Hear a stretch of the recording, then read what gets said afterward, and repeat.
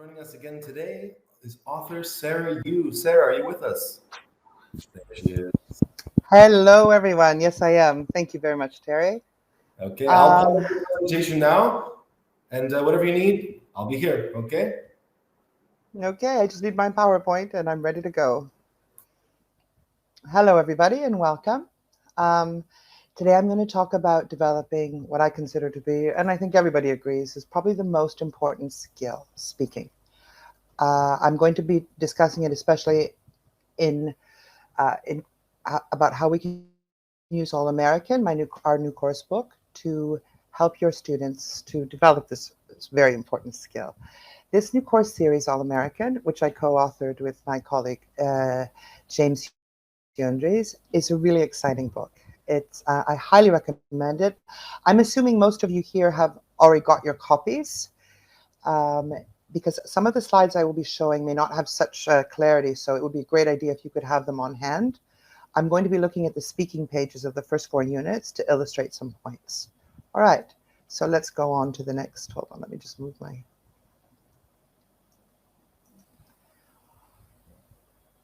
All American is exciting. It reflects the revised ECPE, which has been making a lot of noise with people. We did our best as authors with decades of experience and teachers to reflect the changes and to give as much guidance to teachers and students as possible. There are different types of tasks, as I'm sure you all know by now. The context and topics are really up to date. They're interesting. They're designed to provoke discussion and deeper thought. There are things like counterfeit brands to genetic engineering to Marvel comic franchise. And since we're talking about speaking, every article and anything that you encounter is always an opportunity to ask your students to engage. So you can just say, so who's your favorite superhero, Bill? Or do you agree with that? Or anything. Just throw them questions. It doesn't have to be a speaking page for you to get them talking, right? There are 10 units covering all of the commonly found international topics on C1, C2 exams. And everything in the book is very clearly organized. This gives it a very smooth structure. As a teacher, I know I prefer having a basic idea of what's going on. Of course, the exercises are varied and it covers a wide range of topics and ideas, but the opener, the reading, the vocabulary, etc., flow in the same way in every unit. And this gives students as well a cohesiveness that generally I think that they prefer. There is a thorough system of training and support in the first half of the student's book.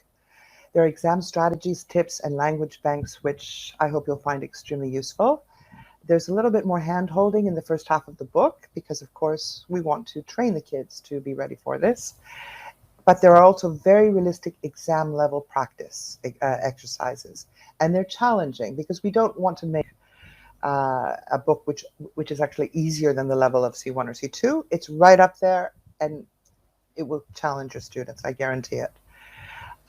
There's reading, vocabulary, grammar, listening, speaking, and writing. All right, so we really help develop and focus on these skills that are necessary. So let's talk about speaking. There are 4 skills generally needed to learn any foreign language. All right, 2 are productive, speaking and writing, and 2 are receptive, reading and listening. If you saw my last webinar, you will see that I don't agree that listening is only receptive. It's a very active process to listen and to gain information. There's a recording available on the Hamilton House Facebook page if you want to see it. But let's be real. Of all of the skills, speaking is by far the most important. Practically, like for example, I've never studied Greek. I live in Greece, but I speak fluently. So I probably write like I don't know, an A1, A2 level, but people just assume I'm absolutely perfect in Greek because I can speak.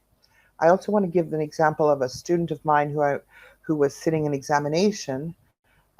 interview, for a very important job with a multinational company. And she has both the Cambridge proficiency and the Michigan at the C2 level. And the company did not care. They just wanted a 1-hour Skype session with her to see her communication skills. So we need to press home the point that the ability to speak is really the be-all and end-all of knowing a language. right? Let me put that over there. So the four speaking skills, basically, in order to what is accepted by in common practice. The four elements must be developed are pronunciation, vocabulary, grammar, and fluency. Now, apart from fluency, the first three are very necessary, but not too necessary.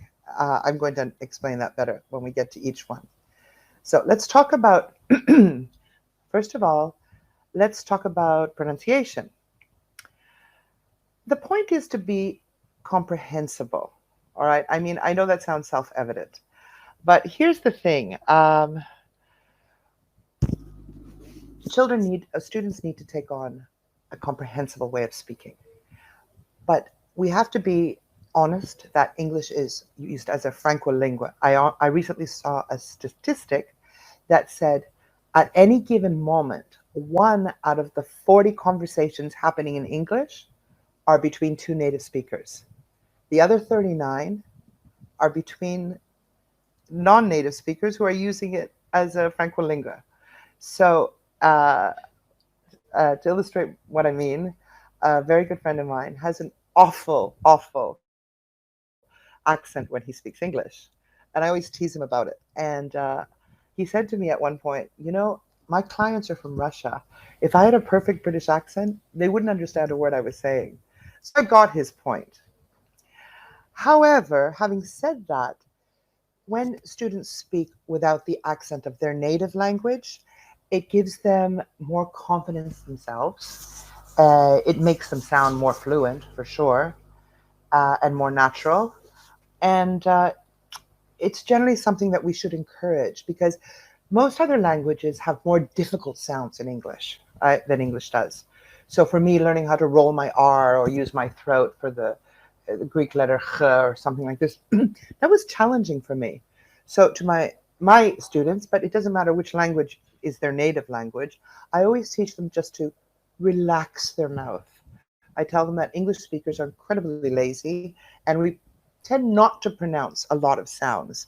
And that often helps them to get more into the mentality of the accent of the English language. It always just makes them sound more fluent.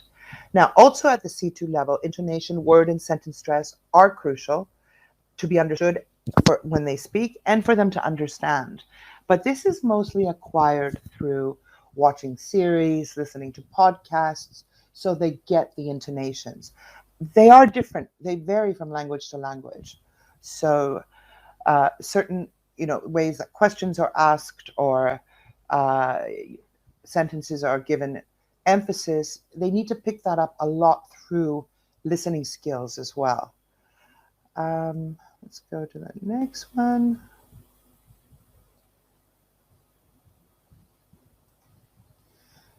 So the next element is vocabulary.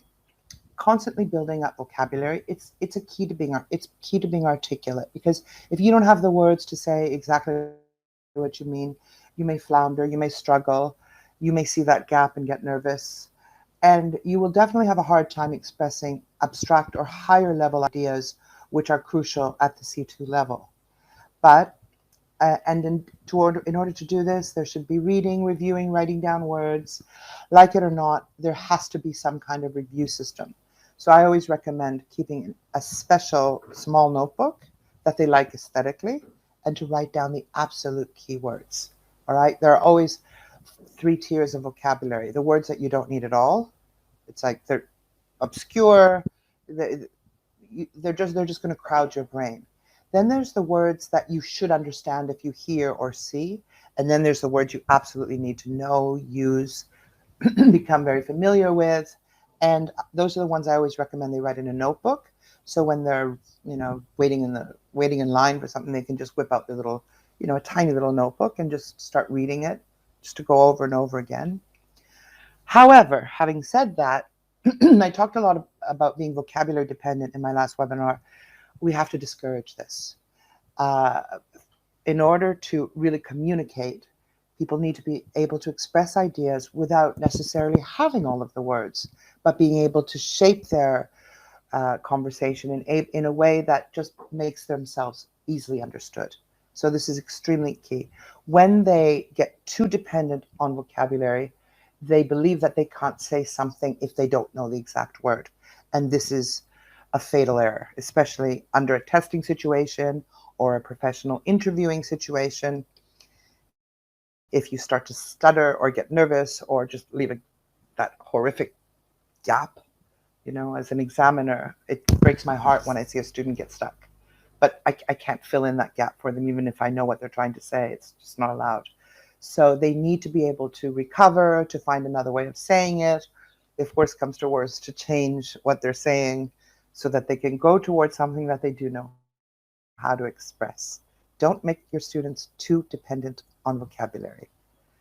Now, grammar is also important. Some people tend to downplay its importance. I don't. I had a student once saying, teach me how to speak, but I don't want to know any grammar.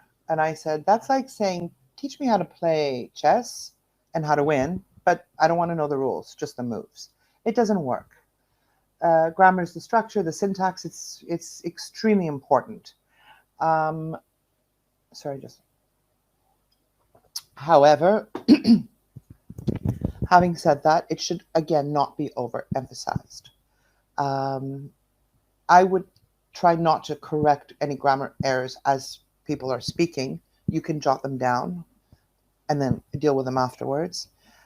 However, there is one thing I've noticed in C2 students, C1, C2 students, is that often when they speak, they forget everything in grammar. Like they forget how to make a question. What means this? I suddenly hear. It's almost horrifying. It's a present simple question, and you're in C1. Yes, they do forget, because in their own language, it's completely different. And it also indicates to me that for 6 years, they've been saying it incorrectly and have not been corrected. So basic level mistakes, I would definitely deal with. And certain tenses, like present simple, present continuous, they could solve an exercise and get 100% on it. And then when they would go to say the simplest of things, they'll talk about what they're doing right now in the present simple. Or they will talk about that they've been learning English, but they'll say, I learned English for 10 years, for example. So basic grammar should definitely be corrected, because I think it's something that hasn't been done throughout their English learning career. But again, try to encourage the all-important fluency. When we overcorrect, we kill fluency. So fluency occurs when the other three elements work together and the speaker can express his ideas easily, but without making them feel self-conscious about it, without overemphasizing, without just making sure that what they're trying to say is coming through. It's not dependent on any of the three elements themselves. All right. So that's a basic discussion about speaking as a skill and teaching speaking in the classroom. Let's look a little bit more closely at the ECP speaking section. Now, although it has not changed in the new revised examination, I would say ECP speaking is definitely a challenging exercise for both teachers and for students. The exam itself usually lasts for about 30 minutes. Most of you are familiar with this, so I'll just go through it very quickly, the basic structure of it. There are usually two examiners, and there are always two examiners, and usually two candidates, sometimes three if there's one left over at the end. Because it's an interaction, they cannot have one candidate. This is in contrast to the MSU CELP, which has two examiners and one student. It lasts for about 30 minutes. There's 5 stages. The first one is an introduction, the classic warm-up. Stage 2 is explaining and recommending. Stage 3 is reaching a consensus. Stage 4, presenting and convincing. Stage 5, justifying and defending. Now, I'm just going through those quickly because I'm going to show you how All-American deals with each of those stages by showing you sample pages. And again, if you have the book, please take it out. It'll be much easier for you to see it from your own book. So, stage 1 is the introduction. This is the classic introduction of almost every examination. It doesn't differ in the ECPE. The examiner introduces himself, or herself gets to know the students on a first name basis. There are the common questions: what are you doing? What are your future plans? Etc. Advise students to be familiar with present perfect tenses, so they can say, I've been studying English for so many years, or I am learning how to play the guitar, just that they get those tenses right. From there on, do not let them write a script. It must be the most frustrating thing when a student comes in with a memorized script for the introduction of an oral examination. In some examinations, the introduction isn't even evaluated, so there's really no point. Do not rehearse this. Be as natural as possible. Eye contact is so important. Eye contact when we speak in general, whether it's in real life, an interview for a job, or an language examination, it is so crucial that students look right into the eyes of the examiner. I mean, let's face it, in the English language, we tend not to, for English speakers rather, we tend not to trust people if they don't look us in the eye. I know that in some cultures, looking people in the eye can be seen as confrontational, but in English culture, it's absolutely necessary. So you need to encourage your students to do that. In your classroom, you will see who does not look you in the eye. And, make a sign. It's like, here, I'm here. Just, don't make a big deal out of it, but constantly remind them. Because again, these people have been going through years and years of not looking into the eyes of people and getting away with it because people don't really correct that. But they really need to learn that as a speaking skill in general. Stage 2. So in stage 2, which is explaining and recommending, let's say we have 2 candidates. Each candidate is given 2 lists of information that describes an option with 7 points. So a typical exercise would be you need to choose a chef for a restaurant. So candidate A gets this one chef, Bill. Candidate B gets this another chef, Mary. And Bill has 7 points. Mary has 7 points. All right, just to give you an idea of what I'm talking about. Each candidate has 2 minutes to read through the options and then must explain the points to their partner. Those are an important 2 minutes. It's good to give this type of exercise to your students quite often because they need to paraphrase these points, right? They can't just read these points to their partner. That doesn't show that they have understood it. They should use linking phrases, so those should be practiced. Another point worth mentioning, however, there are a lot of these are very similar to the linking phrases that they will use in their writing. So after one candidate presents to the second says which option he or she likes best without giving a reason. It's so classic. It's like, well, I prefer option A because, and then the examiner goes, no, you don't have to tell us why. It happens in every interview because you feel like naturally you should say why. Here, you don't have to say why. We're going to look at an example. I know it's not that easy to see, but it's from page, I can't even see the page number, 15. If you have the book. So it's the first speaking page in Unit 1. Okay, that's the unit indication. So this combines stage 1 and stage 2 together. It asks you to read the notes and make points about yourself, and then there's actually a listening part where you hear students introducing themselves. And then you have to check which student has better vocabulary, which student does this. So it, familiarizes them with what they should and should not do in the introduction. There, in the exam strategy box, there is useful advice about how to deal with it. The beginning of the interview is an introduction, basically the things that I've been saying now. And then one information sheet is given, as it would be like in the actual exam, each student would be given 2. But just to give them an idea to familiarize themselves, you're on a committee to select a technological upgrade for the Community Youth Center. Look at the information sheet below, write a full sentence about each point using your own words. So this exercise is meant to help students paraphrase and to use those 2 minutes as productively as possible. And then the next exercise, they listened to students. They listen to a student and they have to answer questions about how well they did. Like, did Zoe rephrase better? Which option did she rephrase better in her own words, tablets or PCs? which expressions were used in the language bank. So the language bank is not a bank at the end of the book, which students rarely look at. It's right there in the section that you need it in to use it. So for introducing yourself and introducing points, rather, talking about advantages and disadvantages, expanding the points, making recommendations. All right. There's another exam strategy box because that deals with stage 2. Excellent. So that's an example of how the speaking section would work for stages 1 and 2. And I think you can see there's a lot of strategy, there's useful vocabulary. It's really, really practical. And I think that the audio part really enriched the teaching experience here, or the learning experience as well, because they get to hear what an interview would actually sound like. And they always love hearing that, right?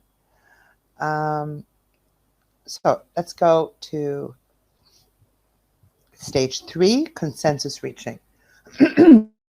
Now, in this stage, both candidates discuss their 2 options with each other and compare and contrast them. So this is like a negotiation here, which is an incredibly useful skill, right, in real life. Each candidate has 2 minutes to read through their options and explain the points to their partner, and one option must be decided on. And this happens without the candidates looking at each other's sheets. All right. So again, let's look at an example of how this section goes over in the All-American book. This is from Unit 2. Just so I tell you, it's page 25, if you have the book. Imagine you own an art gallery and you are trying to select an artist for your next exhibition. Look at the information sheet, then make brief notes about the points that can be paraphrased. So this is a painting, and then you're done by this artist. This is actually a real human, a friend of mine. So one student would get 2 options, 2 artists. That's the 2 information sheets. The other student would have the other 2 options. And again, listening. You listen to the students trying to reach a decision about which artist is better for an upcoming exhibition, and then check the correct box. So it's active listening, because they need to listen and decide which student asks the partner for their own opinion, which is something that you should definitely do, is more accommodating, interrupts their partner. I mean, I think it's clear which aspects are desirable and which we should avoid,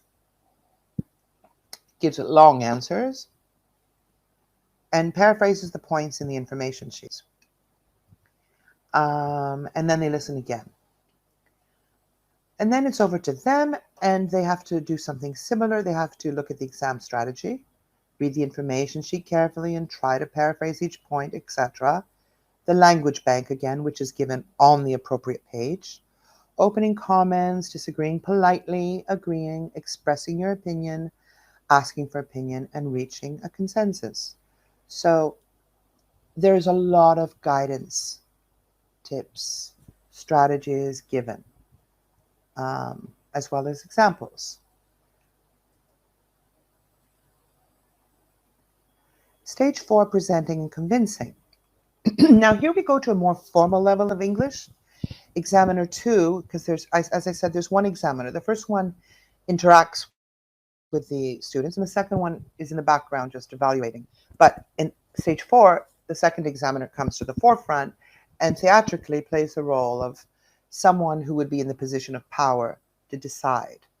So that's why the presentation which is made to this person needs to be formal. The candidates must convince examiner 2 that the option that they've chosen is the best one. The candidates must make their recommendations and present 4 main reasons to support their decision. So each candidate should present at least 1 reason, although it should be 2. But if there are 3 candidates, it might be less, and explain why it's so important. You're given 2 to 3 minutes to plan what each of you will say, and the discussion must take place in English. So they kind of like eavesdrop on you, but they don't participate at all. So that's a time when you hash things out, when you say who's going to say which point, what you could say to defend the negative points, because it is almost guaranteed that you, in the next stage, that you will be challenged on those points. And this is the only point where candidates get to discuss their strategy and what they're going to do. In stage 4, the register is official, persuasive. Okay, so here's where some more grammar structures come in, because passive voice is really good to use, or just more formal constructions like ellipses or emphatic structures, or even it is recommended that they be structures that are more formal, that they have learned in grammar, but they don't tend to use in everyday language because, let's face it, they're not very natural. Here's where they come in. And I find this extremely useful because in real life, they will definitely, or most definitely, probably have to make formal types of presentations, address people in authority, and they should know how to do this as best as possible. So here's the page. And again, let me just tell you the reference page if you have the book in hand. It's page 39. You're on the student council and you've been asked to select the best environmental project for your school to participate in. One of the possibilities is city park cleanups. Look at the information sheet below, then with a partner discuss and expand on all of the points addressing why they would make the project worthwhile. So here, it's not like you can just jump into stage 4. I mean, you have to kind of start from the beginning, right? So it's really like quick stage 2, 3. And then in the listening, they hear an example of a presentation that 2 candidates are making to a school principal about which project would be the best. And then again, they have to listen actively to answer these questions. Then there's over to you. Read the information exam strategy, preparing, presenting, convincing. So this box, I think, is generally useful for any type of presentation that needs preparation, that needs thought, planning, all right? And that in which you're trying to convince somebody of something. This is a great kind of an exercise to do with anything in your classroom, right? So another information sheet is given, growing a school garden. And again, a language bank.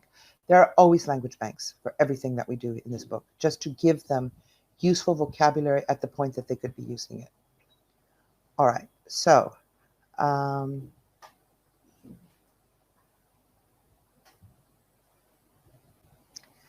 the last stage, which some students find the most challenging, is justifying, defending. All right, so examiner 1 asks question to challenge each candidate about their preferred options. And based on the interviews that they've made available this year, 2021, they really come down, like they're pretty, well, some of the examiners were pretty strict with the students. They were saying, don't you think this is completely unreasonable? I mean, you've got to get your students prepared to really actually be challenged. Kid gloves are off. It's right to the point. Aren't you worried about this? Because as I said in the information sheet, there are always 1 or 2, usually 2 negative points. And the students really have to be prepared to defend the decision. And of course, the challenges could be something completely, like, not even mentioned, but very realistic.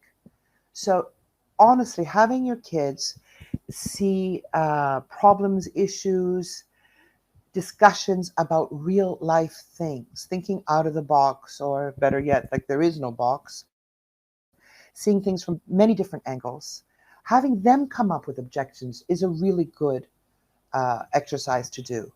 Like, have one student give an argument for anything that you want. Like, instead of a debate, have one student present why school sit-ins are necessary. And then have students make objections to her, him or her, that he or she has to defend. I think that this would be a great exercise, and make them be, okay, not so far as to go as to say aggressive, but assertive in their objections. Have challenging within the classroom, something that you do. You should do it as a teacher as well. And why do you think that? Are you sure? Is that always true? Have your students justify their opinions. It's something that they may not be used to. Unfortunately, in many educational systems, there's a lot of, put your head down, don't ask questions, just go forward, just do what you're supposed to do. And that's something that I really, well, it's very sad because it doesn't prepare them for real life in any kind of way. It's an active three-way, four-way discussion, so there should be as much natural flow as possible. That depends. Sometimes the examiner will just hone in on one candidate, and sometimes it will be a little bit more open. And the page in the book, again, I can't, just give me a second. If you have the book, go to page 51, please. So, justifying and defending, read the task and the information sheet, then listen to two students. This one starts off with an audio, Nina and Alex, and check the points that they present. So, you are on the planning committee for a conference entitled Youth Culture in a Digital World, and you've been asked to select a guest speaker. It's a classic topic. We made everything as current and interesting as possible. People are influencers. They're millionaires at the age 17. I mean, they're loosely based on elements of real life people, but not anyone specific. So then the objection of the examiner is printed out for them, because this is key. So here, Ms. O'Brien, who is supposed to play the role of the head of the committee, who is choosing the person that they're going to have, excuse me, says, "Thank you for your presentation. I have a few questions to ask you about your choice. First of all, Nina, don't you think the fact that Mr. Johnson became a millionaire at the age of 17 might give young people the wrong idea? I mean, it's not an easy thing to do, so his wealth might give them false hope and perhaps false incentive. I also worry that he's frankly too young to be taken seriously." So these, as you can see, there's no mincing of words. It's a bad example, and he's too young. So the students can then listen to what the response of the candidate was, answer questions about that, and then there's the over to you section. So you work with each student works with a partner. After looking at the exam strategy, to effectively counter an objection, be sure to acknowledge that it is, sorry, I had a slight interruption here. I have a cat. I should have locked her up before I started. I'm still a bit worried about the monetary aspect of Jaden Johnson's success. So that Ms. O'Brien continues. Now, this is not heard, it is only seen, but then the students have to address this issue. Okay, so there's exam strategy, there's a language bank, all right? As we go forward, hold on, let me just go. And those are the sections of the ECP listening. So from here on, I just want to talk about speaking in general and speaking in the classroom. Now,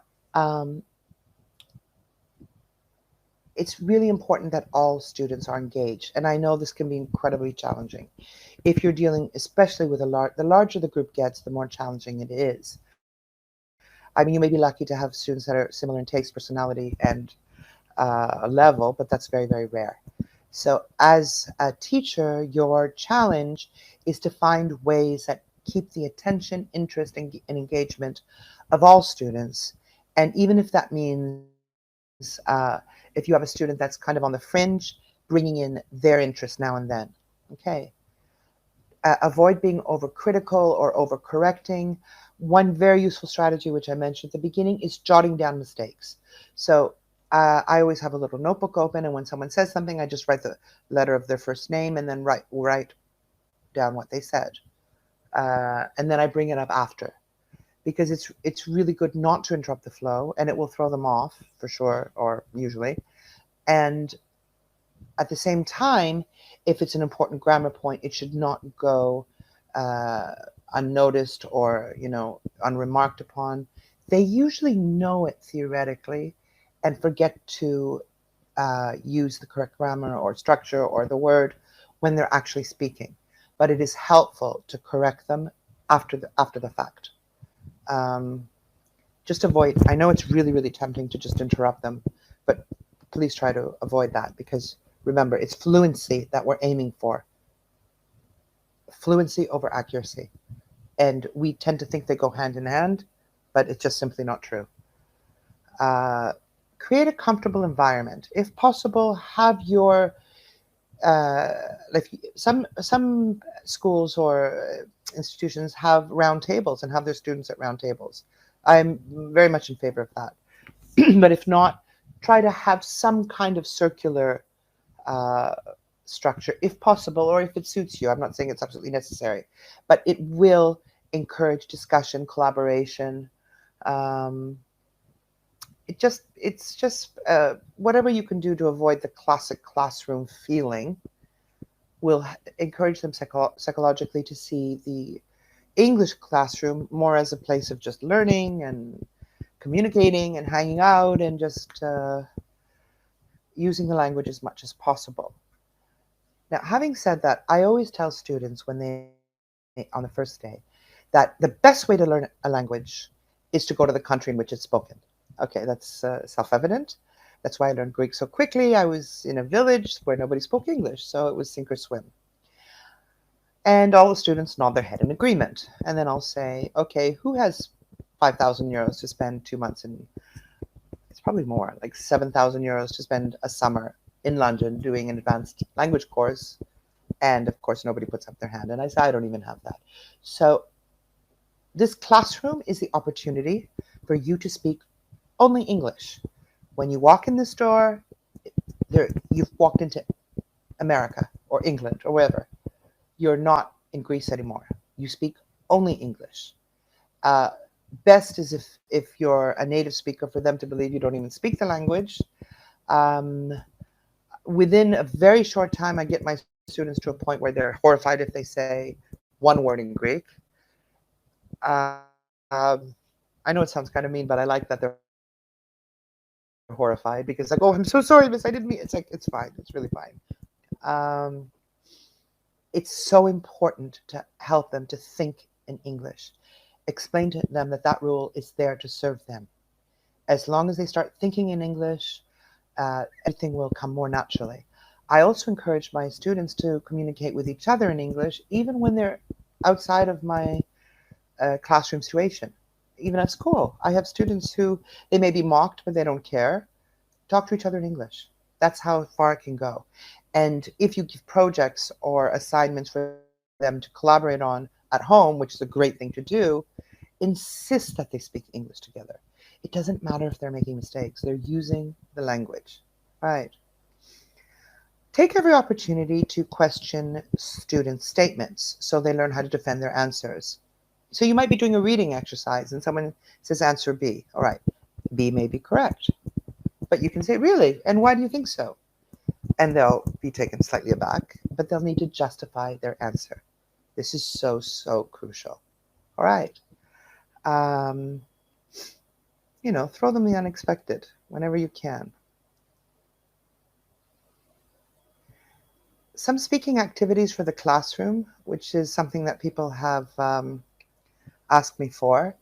One game that I just absolutely adore, and especially on the in the very first introductory class, is Two Truths and a Lie. It is extremely, extremely funny, especially if the kids know each other, which they often do by this level. They've been together and they've gone through their growing path together. But if they don't know each other, this exercise is good to come in at a point where there is some knowledge. If those of you who don't know the game, each student has to come up with three statements about themselves. 2 are true and 1 is a lie. So, I mean, at baby levels, you can even do this at like very junior levels. I have a dog, I have a cat, I have a fish. And then it's just like, everybody's guess. But when you get a really academic student say, I once got 4 out of 20 on a test. I really hate school. Do you understand what I mean? They can come up with really funny things, and that even their friends don't actually know about them. And then afterwards, you have the rest of the class vote on which is the truth. And the person, which is the lie. And the student who is right, like who gets the most correct lies, like he figured out or she figured out the lie in the most cases, I don't know, wins a prize, or you tell that person they should be a psychologist, or it's just really, really funny. And I think I have been at least, but you may be pleasantly surprised by how creative your students are and how little they actually know of each other. Um, yes, Frosso, it is a very fun game. You seem to have played it.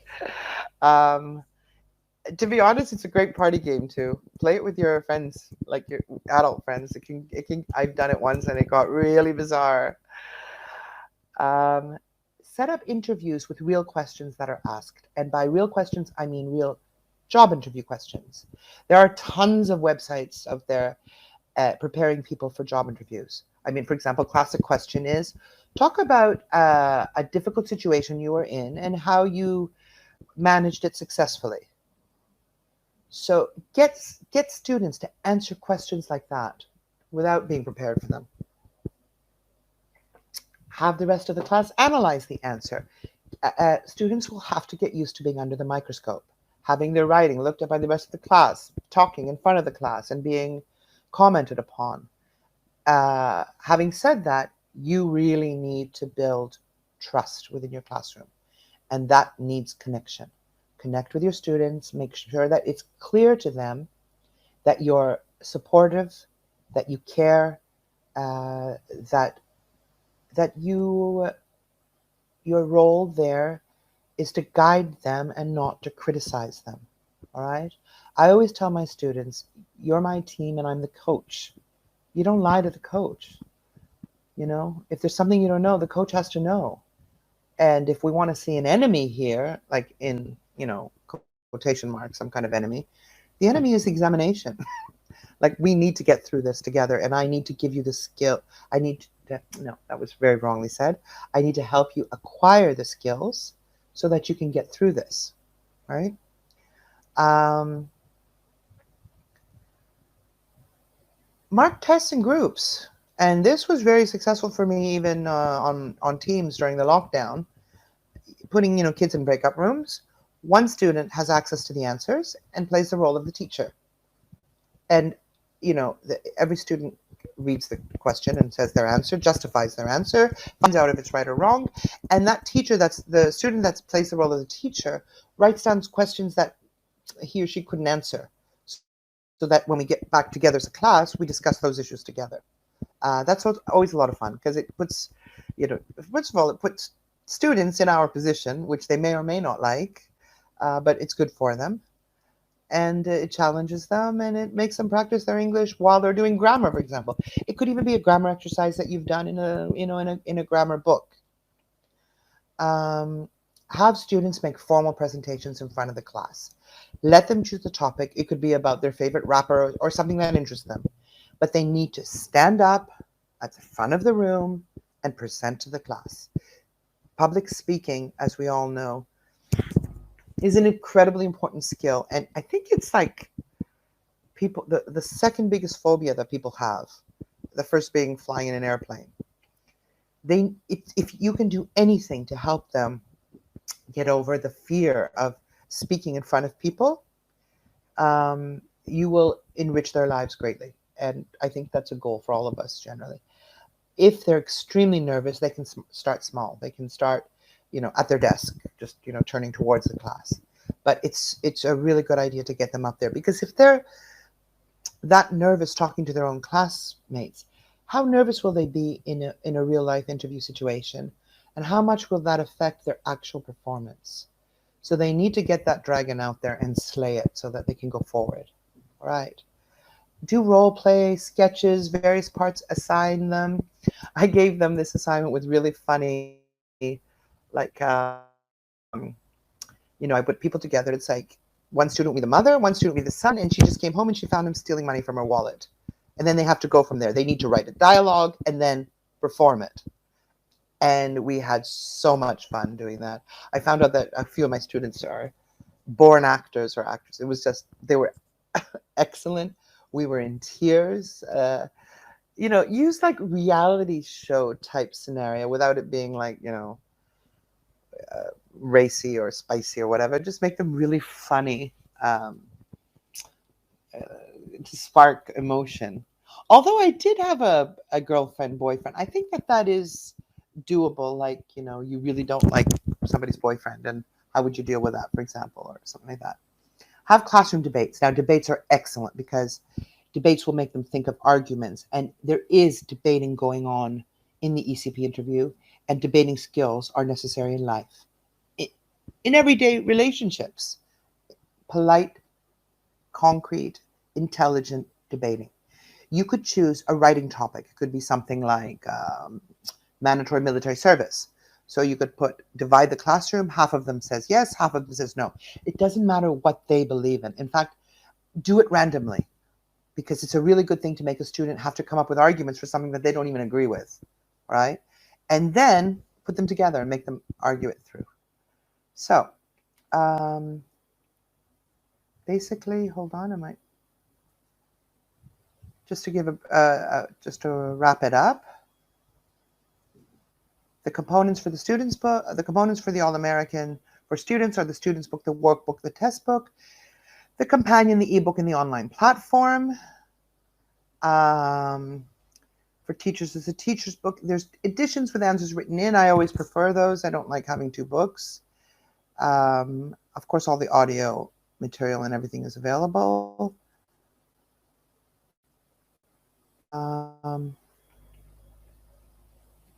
It's available now. We have a lot of other webinars and ongoing support generally. We can visit schools.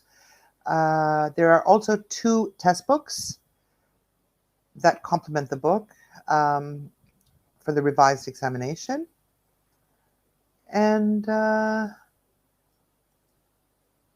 kind of wraps it up, because I would really love any questions if you have any. That's information about me. I'm very open to questions. Okay, thank you, Sarah. Okay, so we are now beginning. We have about 5 minutes left for question and answer segment. And I want to again remind the viewers in Facebook world on our stream, you can ask your questions on Facebook. I got my eye on them here, and I can ask Sarah for you. So I believe, Sarah, we did have a question here regarding stage 3, and I will pop it up now on the screen so that you can answer it for us. It's referring to stage 3. Oh, definitely. What if one candidate keeps talking? Shouldn't the other one interrupt? Absolutely. But in the politest of ways. One candidate should not dominate the conversation. If you feel, and you should tell your students, if you feel you're being dominated, you should interrupt and say, yes, I'm really sorry, but I just teach them polite ways. Like, excuse me for saying this, or if I could just get a word in, think of polite phrases. That's an excellent question. That's a really excellent question. I'm going to keep note of that. Thank you very much, Lena, if you can hear me. Definitely. I try to always teach my students to be equal in when they're talking. But of course, the other situation could happen that their partner, who they don't know, is dominating the situation. So definitely come up with a few phrases for them to guide them to politely interrupt. Okay, very nice question. Thank you, Lena. All right. Is there anything else? Someone is typing something. You're very welcome, Faso. And Fiona. Nice. Let's hear And your Lena. questions, guys. It can be about All-American, it can be about speaking, or it can be generally about teaching English, or anything you'd like to learn about Hamilton House, our materials. Now's your chance. I'm getting hearts. Hearts, But you're hearts are also welcome. very welcome. Very welcome. All right. I don't know since we're not getting a question now, let me just put in my last thing that I always want to discuss. We're in very uncertain times. It's very important to support our students as much as possible. And in order to do that, we need to connect with them. We have to give them guidance. We're not on top of them. We're beside them. We're behind them. We are leading them from all directions that we can. We are very privileged to be teaching this generation of young people, or whichever age your students at, and it's an opportunity to, really help shape things in the future. And okay, so let's go. That's all I want to say. It's a trying time, and we need to be the leaders here. Will there be a seminar on writing skills as well? There already was, Terry, wasn't there, on Monday? But the video is available online. It's available on your. What? Go ahead, Terry. You answer that question. Yeah, that's Sorry. correct. There was already a webinar on writing skills. You have two options to view it again. You can check it out on, if you have Facebook, go to Hamilton House Facebook page, and you can see the live stream. Of course, you won't be able to ask questions, or you can ask them, but you won't get answers. And that's actually a lie. We would answer the questions after the fact in the form of a comment. I'm just being cheeky.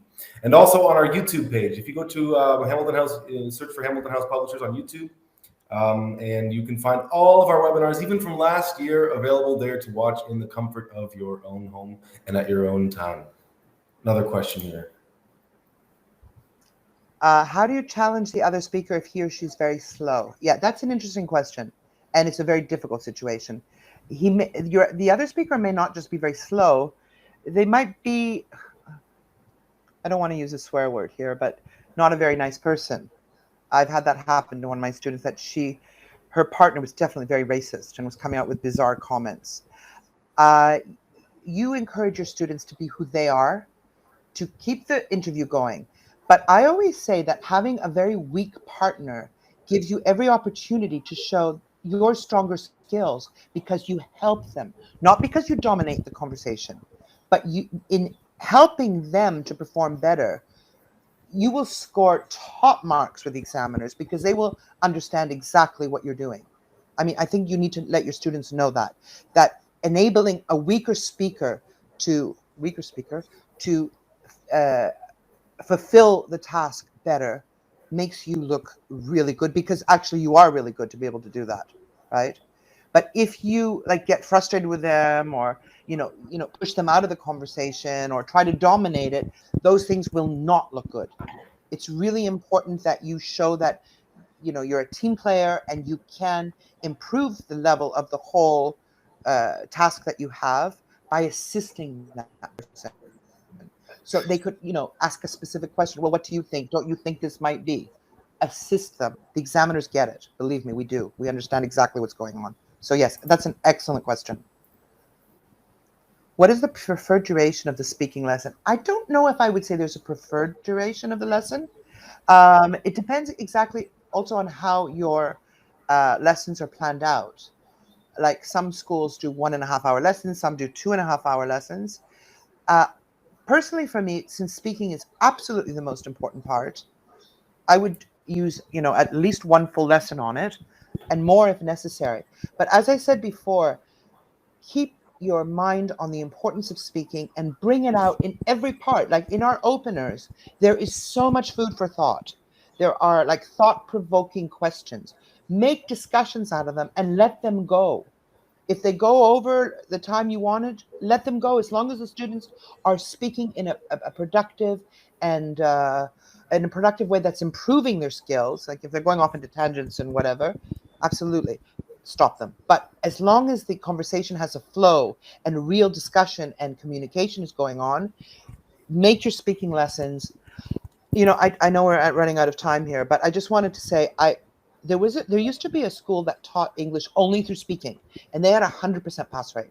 So just remember that speaking is everything. Okay, so that's all. Sorry, Terry.